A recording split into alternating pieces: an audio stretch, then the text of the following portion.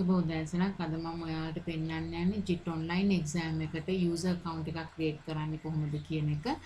ඉතින් මෙතනදී 2020 2021 දරුවන්ට මම user accounts හදන විදිය පෙන්වලා දීලා user accounts උත් ඔයගොල්ලෝ හැදුවා ගිය අවුරුද්දේ තුලදී අගභාගයේදී මේ අවුරුදු මුලදී වගේත් සමහර කොටසක් හැදුවා කියලා මට මතකයක් තියෙනවා. ඉතින් ඒ accounts මේ වෙනකොට valid නැහැ.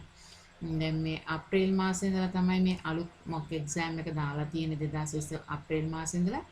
ඉතින් ඔයාලට ඒකට ලොගින් වෙන්න පුළුවන්. අලුත් යූසර් නේම් එකක් පාස්වර්ඩ් එකක් හදා ගන්න ඕන. ඒක කරගන්නේ කොහොමද කියන එක තමයි මම මේ කියලා දෙන්න යන්නේ. ඔයාලට පුළුවන් කෙලින්ම වෙබ් බ්‍රවුසර් එක ඇඩ්‍රස් බාර් එකේ onleexams.gov.lk කියලා ටයිප් කරන්න. එහෙම නැත්නම් අපිට ඇඩ්‍රස් එක දන්නේ නැත්නම් සර්ච් එකක් Google සර්ච් එකක් මම කරනවා. Department of Examination වලට. එතකොට මම ටයිප් කරනකොටම කලින් කට්ටිය සර්ච් කරපු එකෙන් මේ විදිහට මට හම්බ වෙනවා. තෝරලා යන්න පුළුවන්. එතනදී ඔයගලන්ට පේනවා ඇති ඇඩ්‍රස් එක මතක තියාගන්නත් පුළුවන්. අපි යනවා examination department එකට. එතනට ගියාම ඔයාලට පේනවා examination department එකේ ගොඩාක් options තියෙනවා. අපිට දැන් විවිධ පහසුකම් ගොඩක් තියෙනවා. අපි ඒව ගැන වෙනම වීඩියෝ එකකින් බලමු. අද මම යන්නේ JIT online examination කියන තැනට. එතනට ගියාම ඔයාලට පේනවා login කියලා place එකකුත් තියෙනවා. welcome to online examination system කියලා අලුතෙන් user account එකක් create කරගන්න ඒ කොටසකුත් දකුණු පස පැත්තේ තියෙනවා. ඉතින් දැනටමත් මම කලින් ඔයාලට කියලා දුන්න විදියට මේ අප්‍රේල් මාසෙන් පස්සේ කරගත්ත කට්ටියට user name password දාලා login වෙලා exam එකට ගිහිල්ලා exam එක කරන්න පුළුවන්. මම මේ කතා කරන්නේ 2022 A level කරන්න ඉන්න දරුවන් අපිට අලුතෙන් ආපු දරුවන්ට විශේෂයෙන්ම ඒකම 2021 දරුවන්ට උනත් අලුතෙන් account එකක් create කරේ නැත්නම් මතකත් නැතුව ඇති ඔන්න බලා ගන්න කොහොමද කරන්න කියලා. ඉතින් මෙතනදී මම යනවා create new account වලට. හැබැයි ඔයාලට උපදෙස් ටිකකුත් තියෙනවා සිංහලෙන් බලන්න එහෙම කියලා අපිට තියෙනවා අලුත් ටැබ් එකක ඕපන් වෙනවා මෙන්න මේ විදිහට උපදෙස් ටික. ඒක පැහැදිලිවම කියලා තියෙනවා කොහොමද account එක create කරගන්නේ විස්තර ටික. ඉතින් අපිට ඒ විස්තර ටික ඔයාලට අවශ්‍ය නම් බලන්න පුළුවන්. අපි යමු මෙතනට create new account කියන එකට. මෙතනට මම ගියාම මෙතනදී මට ලැබෙනවා මෙන්න මේ වගේ ෆෝම් එකක්. ඔයාලට ගොඩක් දැන් Google accounts හදන්න යනකොට විවිධ අවස්ථාවලදී මේ වගේ ෆෝම්ස් fill කරන්න ඇවිල්ලා ඇති. ඉතින් අපි දන්නවා දැන්ටමත් මේ වගේ රතු තරු ලකුණක් තියෙන්නේ මේව compulsory. ඒ කියන්නේ අනිවාර්යෙන් පිරවිය යුතු තැන් කියලා.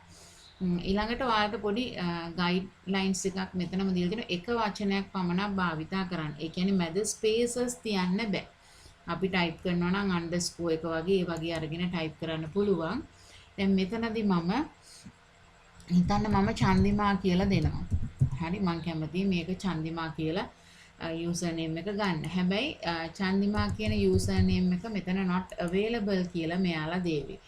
මම මේ ටික ටයිප් කරලා පෙන්නන්නම්.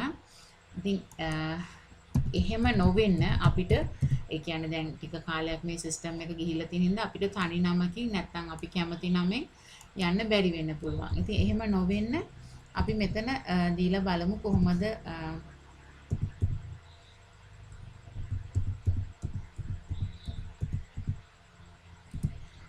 මේකේ අපි දෙන්න ඕනේ කියලා මම මේ ඔයාලට පෙන්නන්න.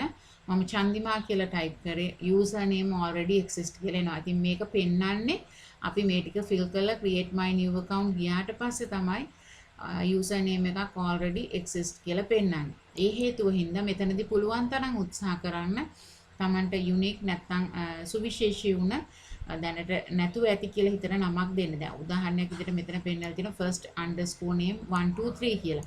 ඉතින් දැන් මට ඕන නම් try කරලා බලන්න පුළුවන් චන්දිමා 123 නැත්නම් 1 2 3 4 5 ඒ වගේ දීලා බලන්න පුළුවන්. නමුත් මම මෙන්න මේ විදිය දෙයක් කරනවා. මම වැඩි කැමති හින්දා මේ විදියට යන්න මම මෙහෙම ටයිප් කරලා බලනවා. දැන් අන්ඩර්ස්කෝර් එක වගේ දෙයක් අපිට ස්පේසස් නොතිය ටයිප් කරන්න පුළුවන්. ඊළඟට මම පාස්වර්ඩ් කියන තැනට යනවා. පාස්වර්ඩ් එක ටයිප් කරනකොට අපි දැන්ටමත් දන්න වෙන්න පුළුවන් දුවලා අපේ පාස්වර්ඩ් එක ස්ට්‍රෙන්ත් එක වැඩි වෙන්න. ඒ කියන්නේ කාටවත් guess කරලා මේ password එක හොයාගන්න බැරි වෙන්න upper cases ඒ කියන්නේ capital letters, lower cases, simple letters එකම ඉලක්කම් special characters @ එක වගේ ඒ වගේ දේවල් පාවිච්චි කරලා මෙතන password එක යොදන්න පුළුවන්. එහෙම යෙදුවාම ඒ password එකක් strong කියලා කියනවා. අපි ඕනම වෙලාවක අන්තර්ජාලයේ විවිධ ස්ථානවලට යද්දී අපිට username එකක් password එකක් create කරන්න එන අවස්ථාවලදී password එක strong password එකක් යොදන්න පුරුදු වෙන්න. ඊළඟ දේ තමයි මෙතනදී ඔයාලා ඒ password එක type කරනකොට අනිවාර්යයෙන්ම සැලකිලිමත්ව password එක type කරන්න ඕන. ඒ මොකද කියනවා නම් ඔයගලන්ට දැන් Google accounts එහෙම create කරන්න ගියා නම් දැකලා ඇති මේ password කියන එකත් එක්කම පල්ලෙහා ආයෙ තව line එකක් එනවා confirm password කියලා. නමුත් මෙතනදී එහෙම line එකක් එහෙම box එකක් දීලා නැහැ. ඉතින් ඒකින්ද මෙතන check කරගන්න විදියක් නැහැ අපි type කරපු දේමද type උනේ කියලා. දැන් අර වගේ boxes දෙකක් තිබුණා නම් අපි password එක type කරා ආපහු confirm password කියන එකේ අපි password එක type කරනවා.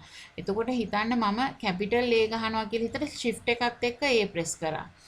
නමුත් මගේ අතින් shift එක press වුනේ නැත්නම් ඒක එතනදී යාලා detect කරගන්නවා. ඒක වෙලාවකදී shift එක press වුනේ නැහැ. අනිත් වෙලාවදී shift එක press වුණා. මම හිතුවේ capital A ගහුවා කියලා. අන්න ඒ වගේ දෙයක් detect කරගන්නවා. ඒ දෙක සංසන්දනය කරලා. දැන් මෙතනදී ඔයාලට පේනවා මේක මට බලා ගන්න විදියකුත් නැහැ.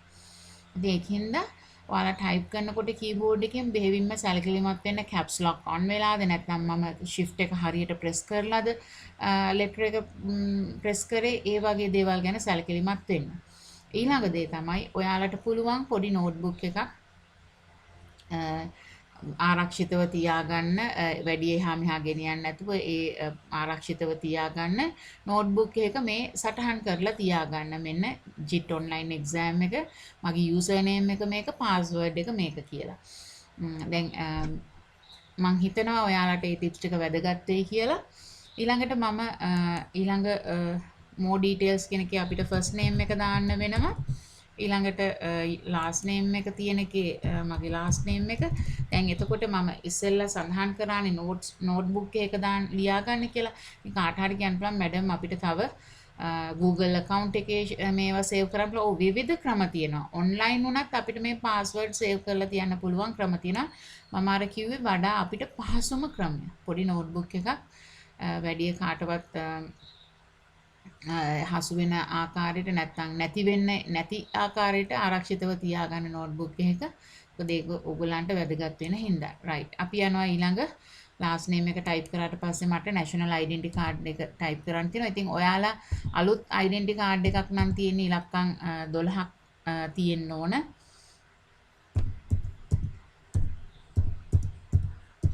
පරණ ID number එකක් නම් තියෙන්නේ ඔයාලට මෙතන එන්න ඕන ඉලක්කම් 9යි V අකුරයි නැත්නම් X අකුර වෙන්න පුළුවන්. ඊළඟට අපි මෙතන email address එක, phone number එක, school address කියන එක ඔයගලන්ට පේනවා compulsory නෑ. නමුත් email address එක හරි phone number එක හරි දැනට ඔයාලා පාවිච්චි කරන email address එක තමන්ගේම phone එකක් නැත්නම් අම්මගේ තාත්තගේ හරි phone number එකක් මෙතන දාලා යන එක වැදගත්.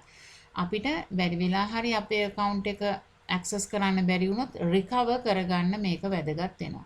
ඉතින් මම create new account කියනවා. මේ විදිහට මට account එක create වෙනවා. ඒ create වුණ හින්දා තමයි මම login මේ page එකට නැවත එන්නේ. බැරි වෙලා හරි මගේ මොන හරි ID number එක valid නැති වුණොත් මොනහම හරි issues ආවොත් මම ඒ වෙලාවෙම නැවතත් අර ඉස්සෙල්ලා user එක already exist කියනවා වගේ ඒ form එකටම නැවත යනවා. මම හිතනවා ඔයගොල්ලන්ට පැහැදිලි වෙන්නේ නැති කියලා මේ login එකක් create කරන විදිය. ඊළඟ වීඩියෝ එකෙන් අපි බලමු create කරගත්ත login එකෙන් system එකට ඇතුල් වෙලා කොහොමද අපි paper එකක් කරන්න කියලා. ඔබට සුබ දවසක්.